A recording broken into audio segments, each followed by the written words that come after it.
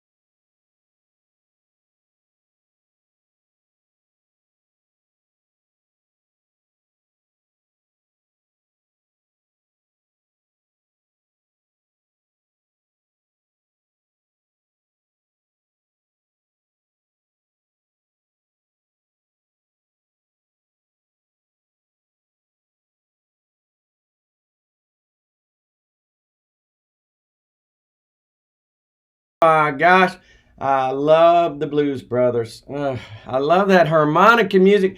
Good morning from Kerrville, Texas, on the bank of the Guadalupe River. It's Stevie the Guide here at 5 a.m. And I love you. I love you with all my heart and soul. And I'm happy to be here. And it's like dragging myself to the gym every morning. But when I get here and I get my gym clothes on, a little something happens. And I just let it free flow, and I don't worry too much about how it's going to come out, because I'm on a mission, a mission from God. And it's to save humanity by raising the vibration any way I know how. And I can't go wrong, because I'm just going to be me. And nobody else can do that but me. And you do well to remember that as you go about your day. There ain't nobody that can do it like you do. Nobody. And so, we just let it roll, let it free flow, not worry about what the response is going to be, and some magic happens, And it's crazy. And it's the title today is called A Call to Stupidity. I'm calling you to stupidity. Friedrich Nietzsche used this phrase, a call to stupidity. What does he mean by that? What he means is you've got to be willing to look ridiculous in order to follow your dream. You've got to pull that Don Quixote thing, where you're willing to follow that star, and you're willing to chase that mythical beauty, that vision of loveliness. And it doesn't matter where you go. It doesn't matter what people think of it. It doesn't matter how silly you look. What matters is that you are intuitively following what your heart tells you. That's what's important. And it's part of the deal. Part of the deal that you're going to look ridiculous, that you're going to make mistakes. If something's worth doing at all, it's worth doing badly in the beginning, and then with time, with practice, it gets a little better and a little better. I've had some nice people who I love very much tell me, when I first started this thing just a few weeks ago, it was a little rougher than it is now, and it's still pretty rough, but it gets a little better, because I just keep doing it. Just keep doing it. And so whatever it is, whatever vision you're forming in your mind, you just keep taking steps toward it, no matter how silly you look. And there's this whole concept, and it came to my mind, bringing order to the chaos, bringing order to chaos, all right? Bring order to chaos. Now, how do you do that? Well, sometimes in order to bring order to chaos, you have to create more chaos, all right? This sounds crazy, but let me give you a good example. You have the classic battered woman, the battered wife, all right? She is living in a situation that is chaotic, all right? Because she doesn't know what her husband's going to do, and he's mean to her sometimes, but he brings home money. And so there's a certain kind of order, but really her life is chaotic. It's unpredictable. It's frightening. And she knows she needs to make a change, but oftentimes she clings to that because, why? Because she's afraid of the unknown. She's afraid of stepping out. She doesn't know what'll happen out there. And so she stays with what she knows, even though she knows that is chaotic. And so in order to bring order to that chaos, she's got to create more chaos, all right? She's got to step out. She's got to talk to someone. She's got to go to the battered women's shelter. She's got to take her kids with her. She doesn't know what will happen to them. And oftentimes she's concerned for them and their stability and well-being more than her own.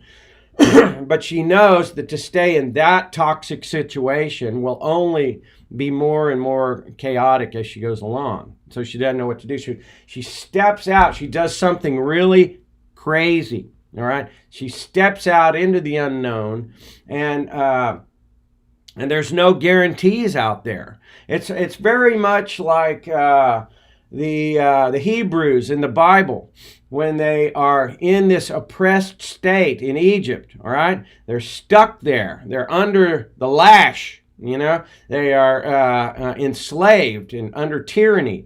But they finally break free, way for them to get out, and they take off. And they get away. They cross the Red Sea with the Lord's help, and all of a sudden they're out in this chaos. They're free from tyranny, but now, have they reached the promised land? They're in the desert, all right? They're in the desert for a long time, all right? And so you have to be willing to go to the desert. You have to be willing to fling yourself out into the unknown in order to follow that right brain intuitive. And the way all of these multiple personalities in here, the way that we are saving humanity here, and that's the core of Stevie the Guide's mission. Save humanity by bringing that balance between the left brain logical and the right brain intuitive, and there's multiple ways to go about doing that. But part of it is, boys and girls, ladies and gentlemen, is that you got to be willing to step into the unknown, which can be chaotic for a while, but it will lead to a higher order, right? So bringing order to the chaos it oftentimes it requires creating more chaos, and leads me to the quote of the day, which is from the legendary Steve Jobs, who was an amazingly creative guy. It was questionable how he treated people, but bless his heart, he brought us amazing things like this right here. And one of his most famous quotes is, "Here's to the crazy ones. Here's to the misfits, the rebels, the troublemakers, the round pegs in the square holes, the ones who see things differently. They're not fond of rules, and they have no respect for the status quo." Yeah, sorry. You can quote them, disagree with them, glorify or vilify them, but the only thing you can't do is ignore them, because they change things. They push the human race forward. And while some may see them as crazy ones, we see genius. Because the people who are crazy enough to think they can change the world are oftentimes the ones who do. All right? Here's to the crazy ones, because they change things, and they're the ones who change the world. What I was quoting Bernard Shaw the other day. What did I say? The rational man is the one who conforms to the world. And the irrational man is the one who tries to conform the world to him. I think that's how it goes. So basically, all changes, all human progress is attributed to the irrational man, the irrational person. They are the ones who intuitively come up with ideas and create things. Then they cast their vision to the others who use the left brain logical to carry out that vision. It's the ones who are left to think on their own, to come up with original thought and not just rote memory that create new ideas. Just ask the old Buckminster Fuller or Nikola Tesla or any of these guys. You can learn a ton reading books, hearing lectures, going to school. You can learn a ton. I've been in multiple institutions. I've learned a lot. It's given me a lot of foundation. But it is the right brain intuitive that gives me the juice. All right? It's the juice of life. And so a call to stupidity, as Friedrich Nietzsche says. A call to craziness, as Steve Jobs says. A call, as Stevie the Guide says, a call to the right brain intuitive. And I believe, as we go into this new decade and this new age that I believe we are entering into on every front, as we go into that, what do I want? I forgot what I was going to say.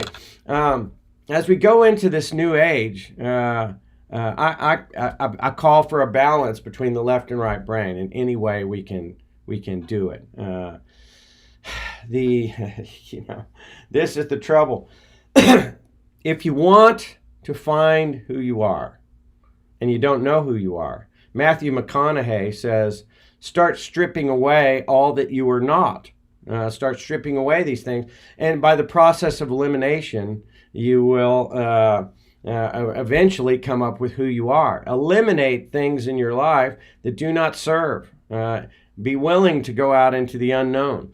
I call it coddywombling. I came up with that English term, which means to walk purposefully in an as yet unknown direction, or to an as yet unknown destination. You sense that there is a direction you should follow, but you don't know where it'll take you. That is precisely what I'm doing here now. I sense that there is something that I'm supposed to do here on the air. I don't know exactly what that is, but it'll come to me with time. I may do it badly in the beginning. I may look crazy. I may look ridiculous. I may be laughed at by family and friends.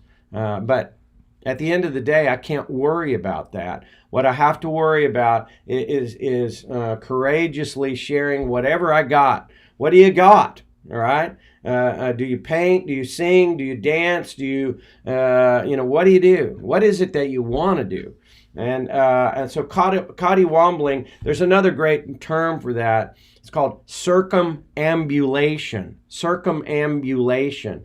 And it means that the great Jordan Peterson talks about circumambulation, which also is, I relate it to the hero's journey. When the famous Joseph Campbell's hero's journey, where you're living in this normal, predictable life, like Dorothy in The Wizard of Oz, and then something happens and you're thrown out into this world of the unknown, and you have to find your way. Circumambulation, finding your way, finding yourself, this coddywombling, and in the hero's journey, it's sort of called go looking. If you don't know who you are, go looking. all right? Go looking. And it doesn't mean you got to quit your job, leave your wife, leave your church, whatever. What it means is start to raise the intuitive awareness. Ask yourself first, who is it? Who am I? Who is it that I want to be? What vision do I have? What does that look like? What are other people who are doing that? What does that entail?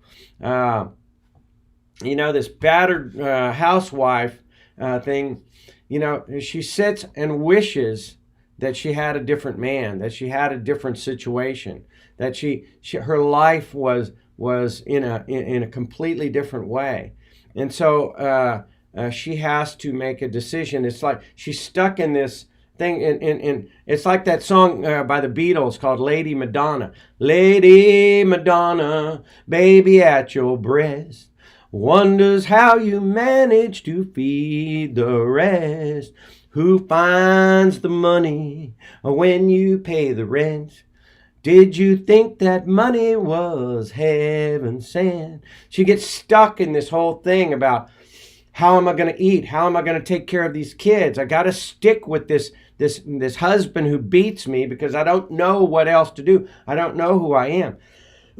And so we reach a point of heat and pressure. Heat and pressure are actually what make diamonds, all right? I believe it's part of the reason we are here, is to see how we behave in this sort of hazy world of heat and pressure where we have these different forces that are acting upon us. And will we act? Will we follow that intuition? Even though we're blind, we have that tinfoil in our scuba mask and we cannot see. We've got to feel our way, all right? And so she finally reaches a point of heat and pressure where she steps out and says, to hell with it. I've had enough of this. And whatever the unknown, is going to bring me, I'll take that. And oftentimes what happens, folks, no matter what kind of heat and pressure, whether you're in a job that you don't like, a relationship that you don't like, a circle of people, an organization, an institution that you don't like, that you don't feel connected to, you have to be willing to step out. You have to be willing to explore. And this is what Stevie the Guide does best. I'm an explorer. That's what I do. That's what I told my daddy when I was 6, 7 years old. And he asked me, what do you want to be when you grow up? Who are you, essentially?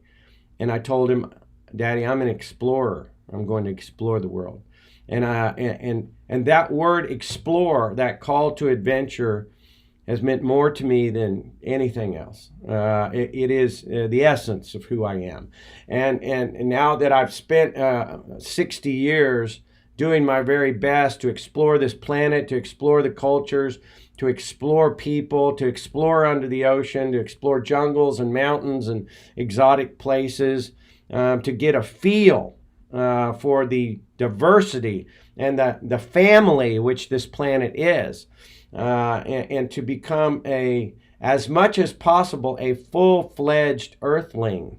It is now my calling to explore more of this inner world, this intuitive, and to serve, to take what I have learned running around this planet, looking in culture, looking in religion, looking in my own heart, and trying to bring something forward, whatever that may be, in my own clumsy way, to share that with you.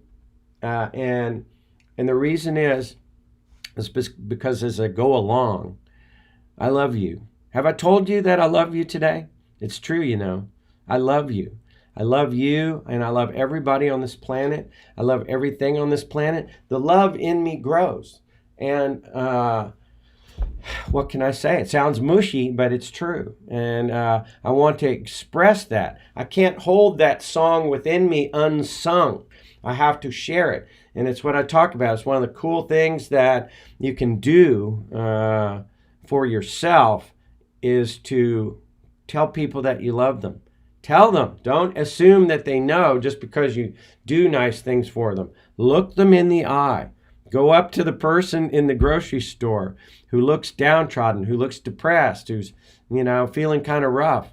or maybe they're just, normal. And you look them in the eye, you get as close as you comfortably can, and you say, hey, have I told you that I loved you today? Try that. Experiment with that. And you will see a raising of their vibration most often. Sometimes they'll be so shocked, it's like a thirsty, dying man out on the desert. They are so unaccustomed to love that's directly expressed to them that they are literally dying emotionally, and they can't absorb that much love. And so you let them go. You just plant a seed and let them go. But thirst out on the desert, you can't just take an ice cold bottle of Gatorade and start pouring it down their throat saying, drink, drink. You can't do that. You got to dab a little bit of it on their face, on their lips, and get them to a point where they can receive more of that hydration. All right. And that's sometimes what you have to do with love. People are so starved for love that they are unaccustomed to accepting it, and they're all shut down.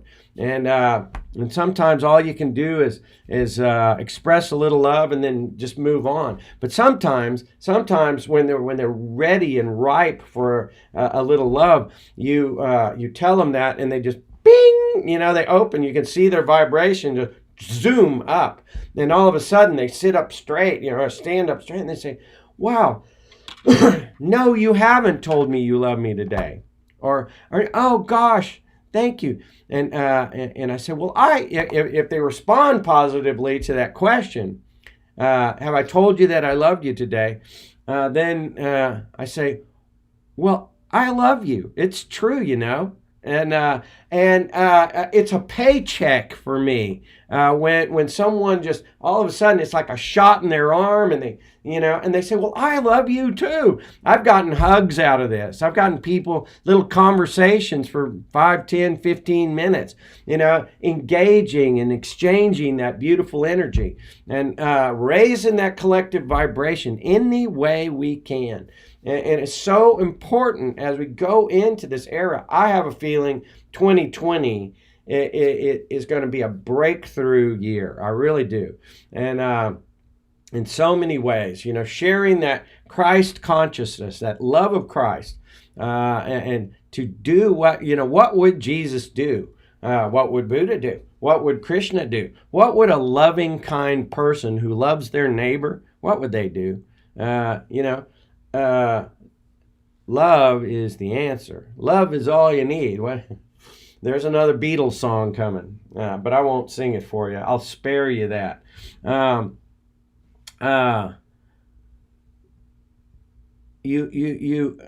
This whole circumambulation, this going looking for yourself. It's actually circling yourself. Like a bird dog or a bloodhound. You have to be a bloodhound to find yourself. What is it that you are here for? Hey, don't look now, but tick tock, tick tock. The clock is winding down, folks. It's winding down, all right?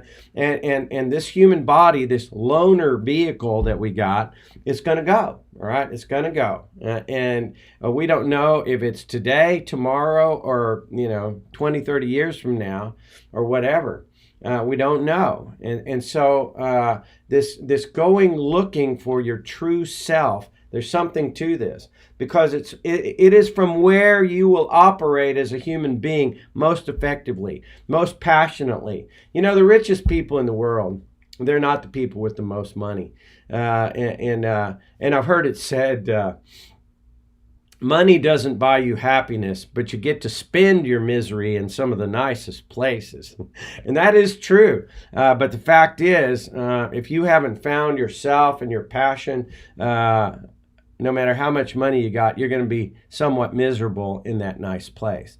And the true rich people, the really rich, are the ones who have located this true self, this true purpose, this passion, this crackling of energy for their life, this love of life.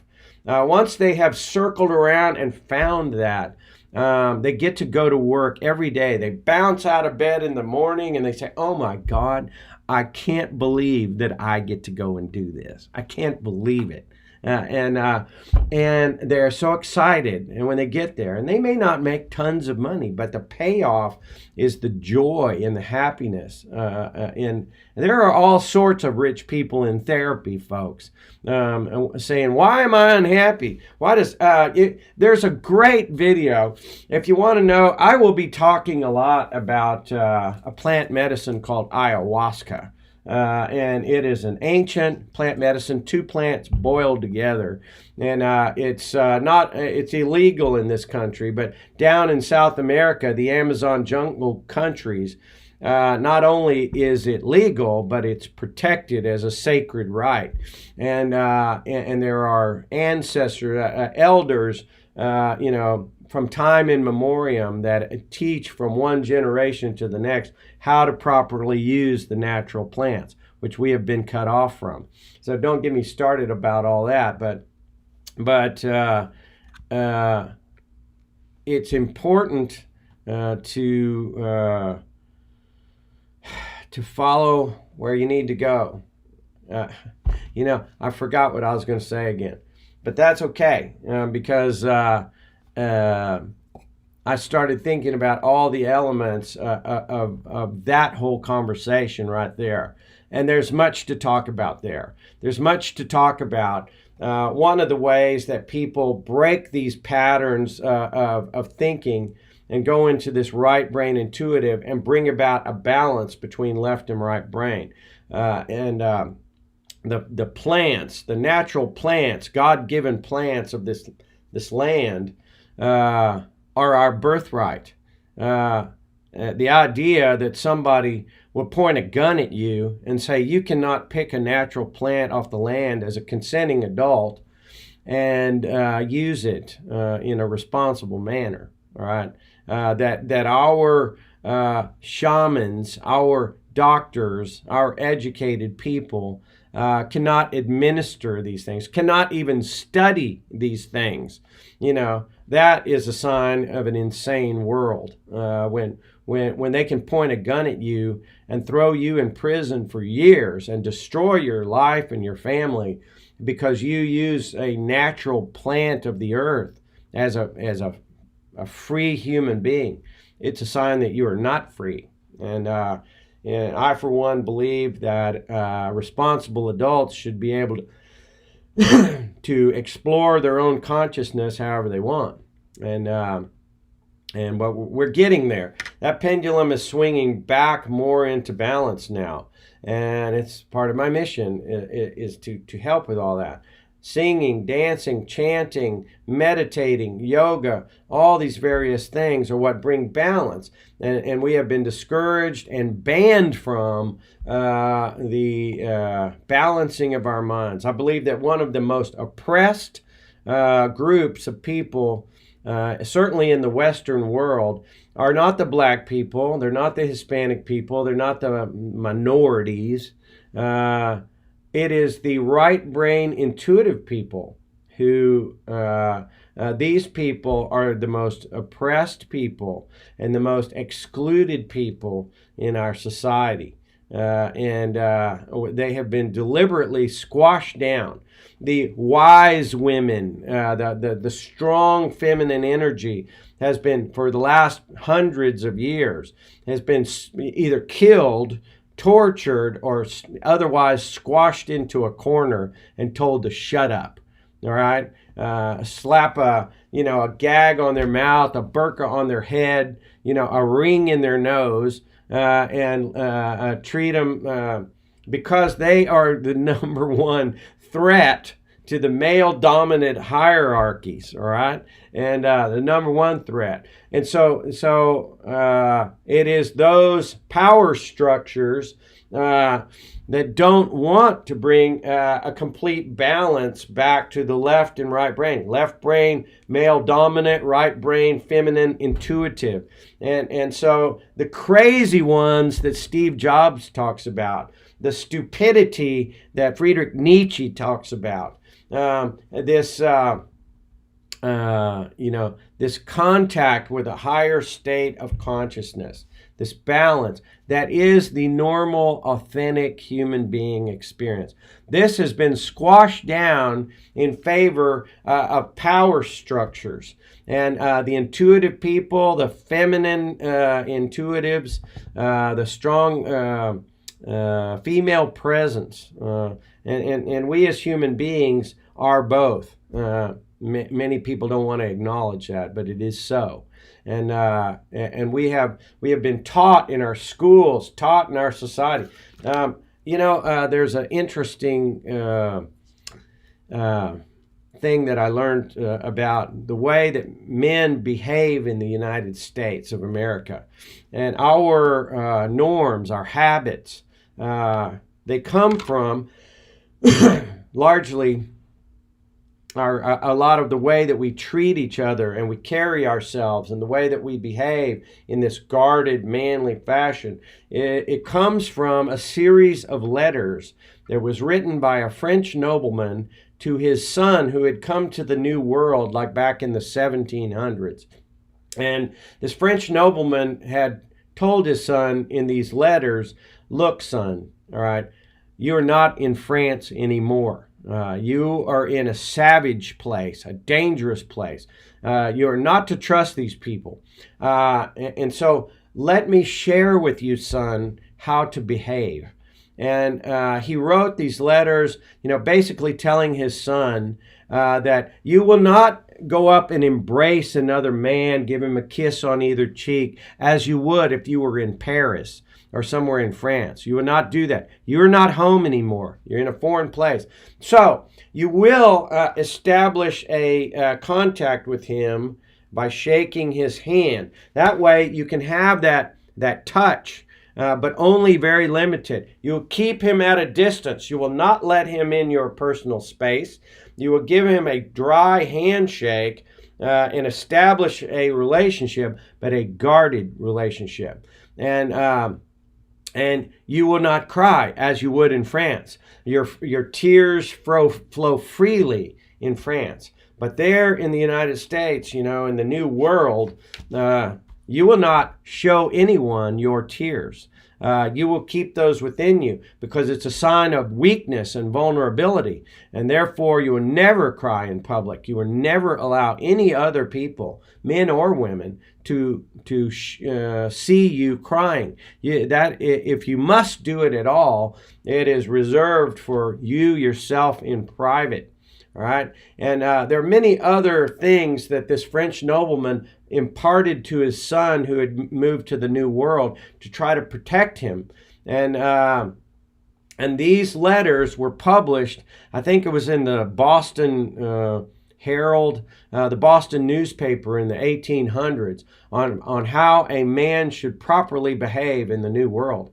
And those norms and customs, that guarded behavior, is what is prevalent today. It's what my daddy taught me. I can remember distinctly many times when my daddy'd say, quit that crying.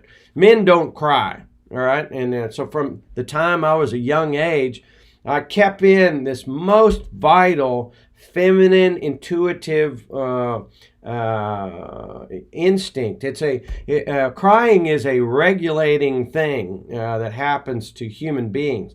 It's something that clears the slate, that pours out a bunch of the negative emotions, that mourns the things that we find sad or unfortunate. And so by keeping the tears and those associated emotions within us, we build up all sorts of emotional energy that we don't need to hang on to. And that is why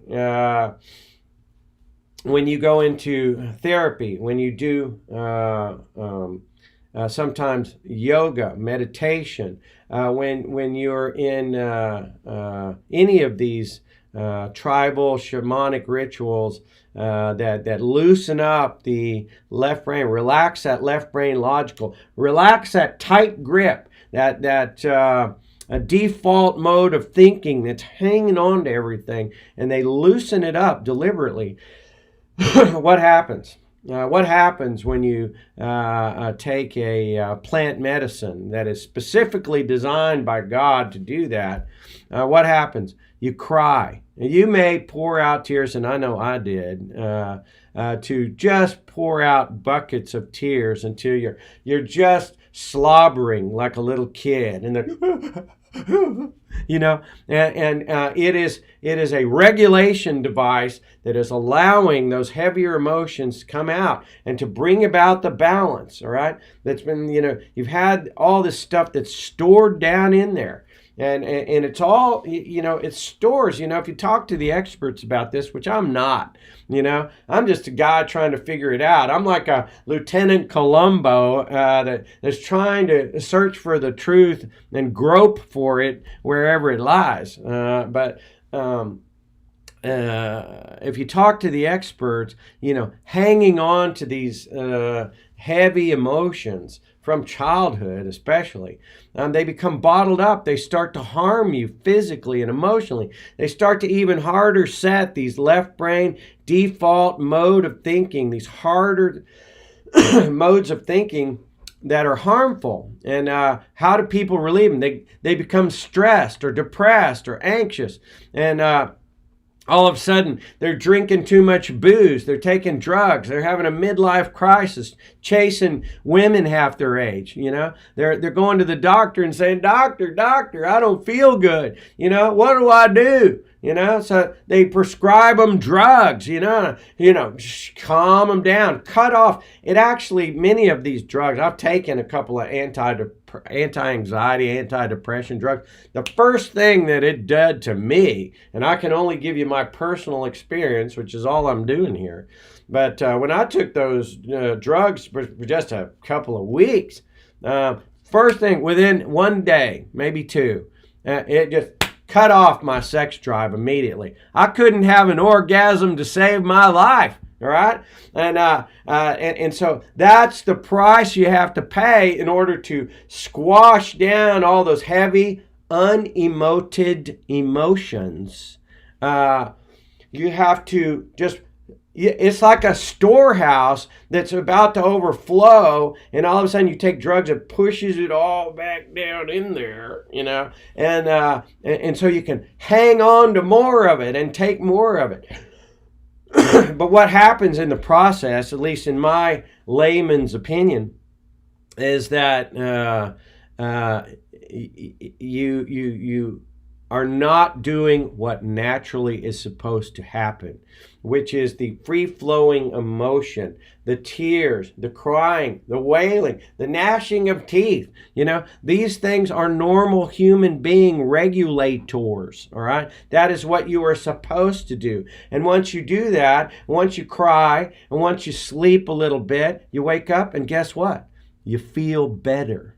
All right, you feel better after a good cry. All right, and I used to cry all the time when I was a kid, but about the time 6, 7 rolled around, they were shutting me down, so I stored all that stuff, and that's why that's why I'm a little crazy, and but I'm getting better. Part of the reason that I do this it's therapy, as I've said before. It's therapy for me to talk it all out, to put it all out. And I've got more of this stuff bottled up in me than you can imagine. You're going to find out if you hang around. And if you don't like it, hey, bye-bye. That's okay. I need this like I need air, all right? And sometimes I'm overwhelming. But in order to find a proper, in order to find order in my chaos, all right, I have to be willing to just let it break open and spill out. And as the pressure relieves, there will be more order to it. There will be more of that direction. As I circumambulate, as I go looking, as I cottywomble, as I follow that trickle of intuition, that I know is there, and I'm willing to let go of the left brain logical and follow that right brain intuitive. Where does it go? Like Alice in Wonderland, following the white rabbit. It leads down some rabbit hole. Falling, and you don't know where it's going to take you. But you have to trust it, and you have to trust, that I tell my daughters from the time they were born, follow your heart. It knows the way. And it does. It knows the way. And so that's the best I can tell you. Here's the thing. When you were a baby, and you were just your parents or whoever taught you was trying to give you the notion that you needed to get up and walk. And you were watching them walk around. Here you are on all fours. And you're thinking, hey, you're climbing up on the furniture and you're like trying to do it, right? Well, the first 50 or 100 times or maybe 1,000 times that you did that, guess what happened? You fell down, Now, how many of you, raise your hand, how many of you, tried to learn how to walk 50 or 100 times and then said, to hell with it. I'm no good at that. Even though intuitively I know I'm supposed to try that, I failed the first few times, and so I'm just going to give up and I keep crawling the rest of my life. You didn't. It was an essential part of who you are to get up off the ground and walk. And no matter how wobbly you were, how stupid you looked, you kept trying, and then you started some feeble steps. And you learned how to get that balance. It was chaotic, okay? There was order crawling around on the ground. You knew how to do it, right? But to stand up and walk these wobbly steps until you found some balance, and eventually, hey, you're running along, And then what happens? Another thing, they say, wow, we got these bicycles. You can go faster. And what happens? You get on there, maybe you got some training wheels, you try to get the hang of it, try to get the balance, and they take the training wheels off and you dump it, man. You got scrapes all over your body, and your mom puts that damn what's that stuff, that orange stuff, mercurochrome. Oh my God, if scraping the hide off your knee wasn't bad enough, now she puts the orange stuff on there and it's like, so you learn, did you quit? Most people didn't. Some did, but most people wanted to ride that bicycle. They felt the balance. I can remember, folks, going down my driveway on Cheryl Child's bicycle. It was this girl's bicycle. It's a little smaller than the one they had given me. And I can remember the very first time that I learned how to ride that thing. And I remember asking myself, is this really me? I mean, the flow of riding that bicycle and the sense that I had a balance, it was so beautiful. And so I encourage you, as we go into this era, it is the bicycle of your life, ladies and gentlemen. It's the bicycle of your life, to learn the balance of who you are, to trust that right brain intuitive more and more in whatever way you know how. All right. And who is it? What is that beautiful vision for your life? What is that thing that you want to do?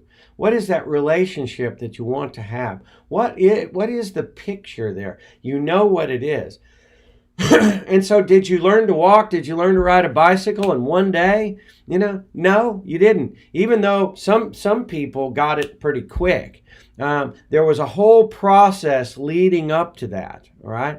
And if you follow that intuition more and more, you're going to get that balance. You're going to understand what it is. You're going to trust what it is. And oftentimes that left brain logical is saying, no, that is just a dream, you idiot. That's a dream, don't listen, all right? And it will cause you to write it off. It'll cause you to do those things which you are not, to use the drugs, to use the alcohol, to hang out with the low vibration friends who do not lift you, who do not inspire you, but you hang around with them. Why? Because, well, they were always there and they are the familiar. All right. Who are you? All right. Who are you? And what kind of people does that kind of person hang around? You know, do they just stay in that sort of lower orbit, or do they aspire to a higher orbit? And do they aspire, even though they're in this life, they know something. They're in a state of chaos. And listen, this is the problem. This is the problem. If you know that you are in a lower orbit than you deserve, that you are in a lower place right now than you should be, that there are aspirations, intuitive feelings that you should be rising, all right, to some other level. And you kid yourself and push yourself back and refuse to take any steps at all toward that.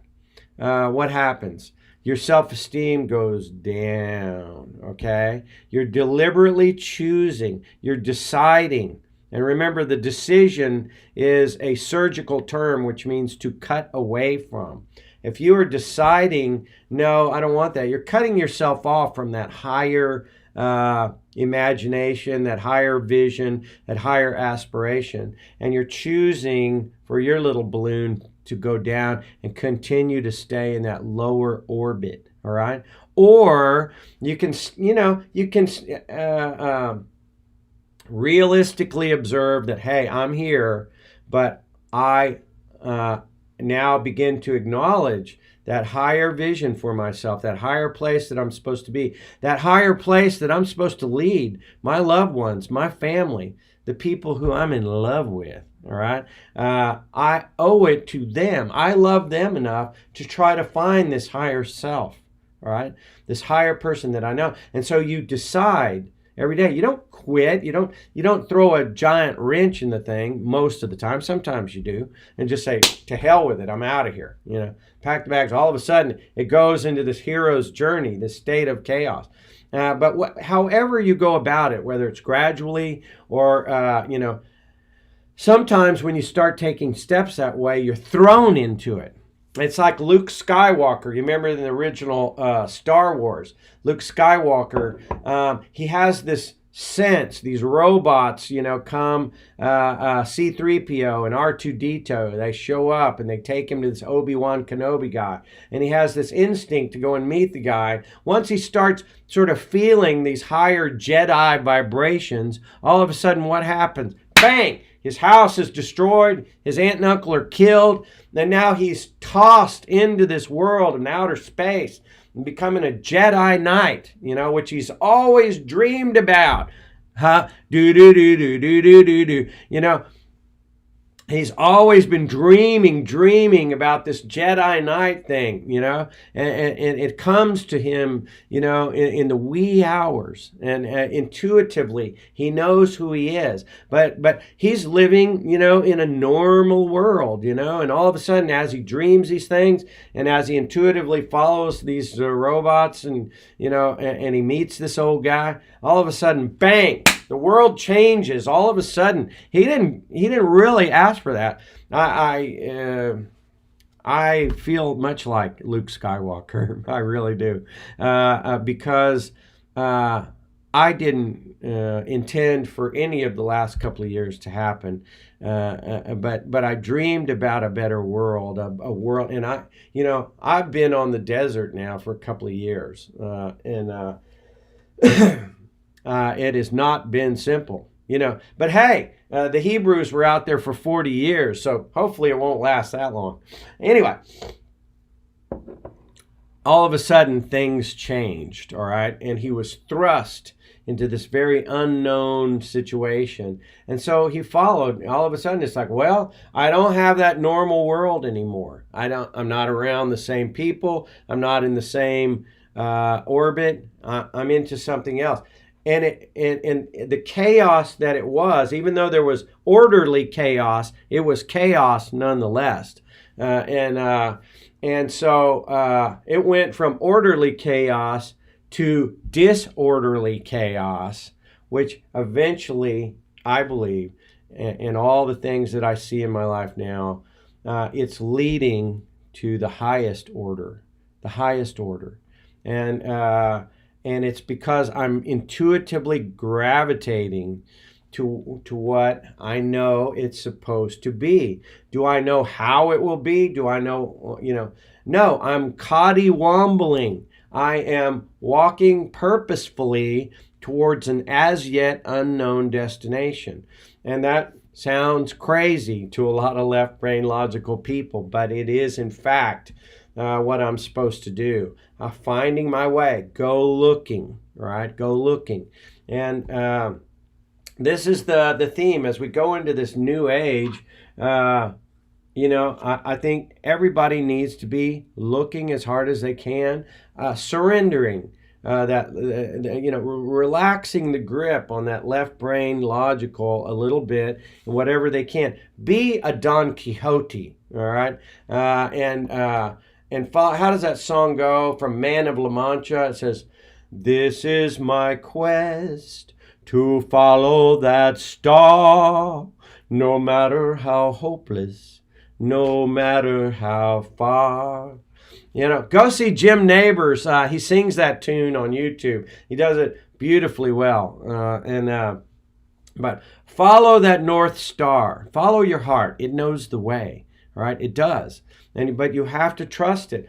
You've been taught a whole battery of things. You come into the world. Here's how it works in a nutshell. You come into the world, and for the first few years, you shine bright as the sun. You are a bright star, purely intuitive, full of wonder. Your right and left brains are balanced, and that right brain intuitive is wide open, right? And you're just like, everything is possible. You're willing to try anything, whatever instinctively you're drawn to, you go and give it a whirl. You don't care what people think, but as you're trained by your parents, your teachers, your pastors, your society, of what's possible, what's normal, what's correct, all of a sudden, you all those possibilities in your childlike mind, they begin to shut down little by little. All of a sudden, you're in this, you're stuck over largely in this left brain logical.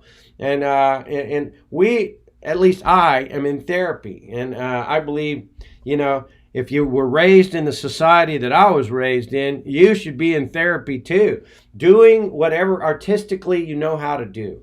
Whatever intuitively is drawing you, and do whatever you can. I love you, and I'm trying my best to save humanity. Groping through like Lieutenant Columbo, trying to find the answers. I'm willing to ask the questions. I'm willing to look stupid in doing it and saying, I don't really know. Here, let me. He has the cigar, Let me just ask you one more thing. I'm a curious boy, ladies and gentlemen. I'm a very curious boy, and I want to know. And I'm willing to go and look wherever the truth may be. I'm willing to turn over rocks anywhere they are. I'm willing to sit here and look ridiculous for months or years or however long it takes. Until we get to the bottom of the reality of this, all right? Because what I have seen in the Forbidden Discussions, which, by the way, is tonight, the Forbidden Discussions at Unity Church, 7 o'clock tonight. Well, I'll be talking to a group of people every Thursday night here in Kerrville, Texas. I'll be talking about 3 different kinds of prayer. The rote memory prayer, the emotional flowing prayer, and the completely off the hook type prayer, like speaking in tongues and stuff. And what's that all about? It's a relaxing of the left brain. It's how prayers go from the left brain logical to the right brain intuitive. That's what we'd be talking about tonight.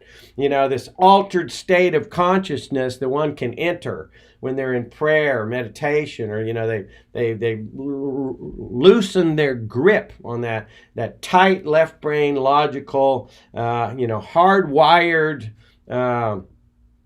default mode of thinking. And when they can let go of a little bit, loosen their grip, amazing things happen.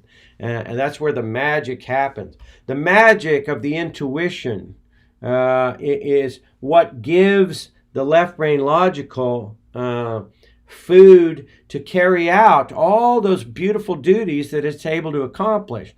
The step by step, the setting of the goal to make it all happen, right? But instead of intuitively coming up with this stuff, they follow some other program. That's why there's just so many worker bees in this place. That's what the society wants. They've been strip mining our left brain for a certain kind of commodity, according to Sir Ken Robinson. Go see his YouTube video. It's phenomenal. It's one of the most popular on YouTube. Sir Ken Robinson on education and how they're deliberately creating this left brain logical to strip mine our left brain for a certain kind of commodity. They make us all worker bees, okay? But you've got to be able to foster that right brain intuitive in order to be a balanced human being, or otherwise you're going to pay, right? And chances are you're already paying for that in the form of prescription drugs, or liquor store bills, or arguing with someone you love and saying things that you really wish you hadn't have said. All right? It's because inside somewhere you're angry about not having this balance, not having this freedom. There's been a restriction on you. And until you get to this place, you're going to be continue to be enslaved, as I have been. And letting that flow out is so very important. If it's in the form of tears, if it's in the form of laughter, if it's in the form of playing with your spouse while you make love, whatever it may be, it shakes up the snow globe and it brings about a balance. And so as we go in to this beautiful 2020 new year, and there's a balance to this year. I'm telling you, I've always loved the number 2, okay? But coming into the year 2020, there is such a complete balance about that number. Don't ask me why I think that. I just do. I feel it, all right? And so as we go into this beautifully balanced year, let go a little bit and allow yourself that feeling of being truly who you are. Because it's the most beautiful thing. It is the natural blooming of your human flower. It is the natural letting go. Without the terrarium, that keeps you in a restrictive state. Allow the glass to come off of your terrarium and let that little plant, it may take some time. It certainly has for me. You get into a comfortable little terrarium, and my gosh, you got a climate controlled, you got the proper humidity, and you're safe and warm inside that glass.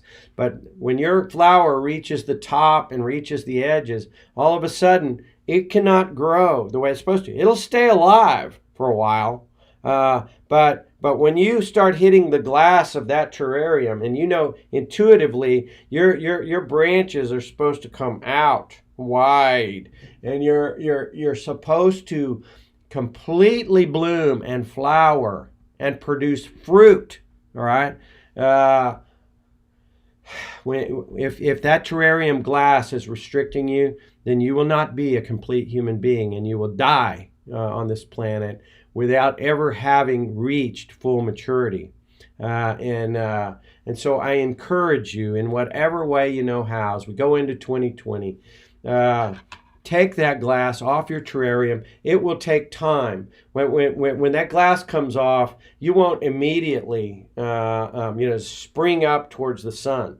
It will take time to realize. It's like Morgan Freeman in Shawshank Redemption. You know, they let him out of jail, after 50 years, and he couldn't even go to the bathroom without somebody giving him permission, right? And so you don't need as much permission as you think, folks. And so as I wind down the hour, I want to tell you I love you. Have I told you that I loved you today? And I love you so much, I'm willing to pour out whatever comes on my heart, my authentic self to you. And for what it's worth, I love you very, very much. And I hope you have a wonderful day. And I'm going to come back and talk to you tomorrow. So go out and make it a great one. And cry your little eyes out and be whoever you're supposed to be. I love you.